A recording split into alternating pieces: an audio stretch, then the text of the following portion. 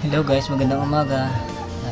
Ano po pala sa inyo guys yung dahilan kung bakit hindi ako makalakad guys. Bakit ganito yung nangyari sa akin. Meron ako guys na ganito kahabang operasyon sa likod guys, spine ko guys. Pakita ko sa inyo guys. Wait lang nga. May ano yun guys, 12 set na bakal daw sabi ng doktor. Nang inoperahan ako guys, kasi operado talaga ako guys.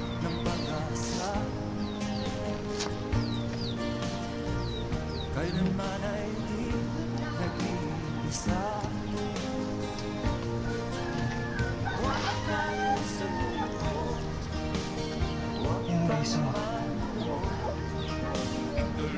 Hanggang dyan guys, oh. Hanggang dyan, tapos hanggang dito. Hanggang dito sa likod. Opera yan guys, oh. Oh.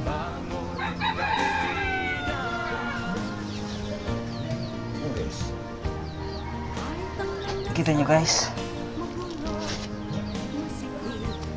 Yun ang dahilan guys kaya tayo hindi makalakad, kaya tayo nagkaganito.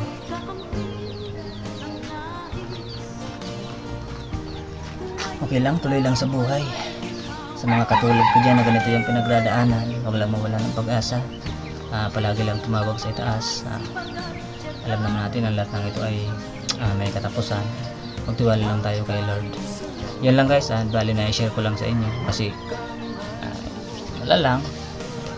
Okay, bye bye, maraming salamat, mag-ingat kayo palagi and God bless you all. Thank you. Sana panoorin niyo pa rin, malaking tulong yun sa atin guys. Salamat.